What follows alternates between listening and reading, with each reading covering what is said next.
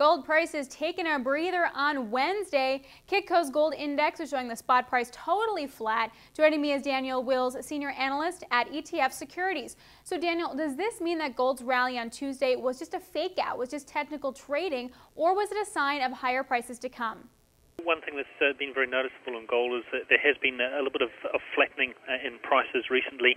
And in terms of our holdings, we are very much seeing and move to more of a holding pattern in flows after what had been significant outflows towards the start of January.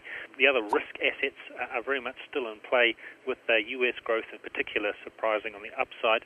We've seen that reflected in very strong inflows into our physical platinum and physical palladium shares in the US. Globally, we've seen about $100 million into those two more industrially focused precious metals. Now, what have you noticed with silver? Sort of moved with gold on Tuesday, also an industrial metal, broke through that $30 level. What have you noticed in terms of inflows or outflows? Yeah, it has actually been more quiet on the silver inflows.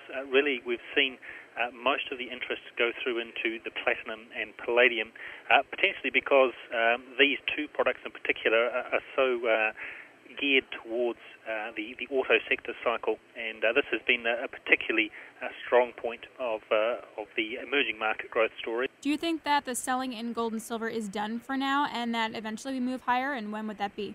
As far as our flows are concerned, it does suggest that investors are holding pat now, and we have seen that very much in the price action, as we've seen prices move down towards the low $1,300 an ounce mark.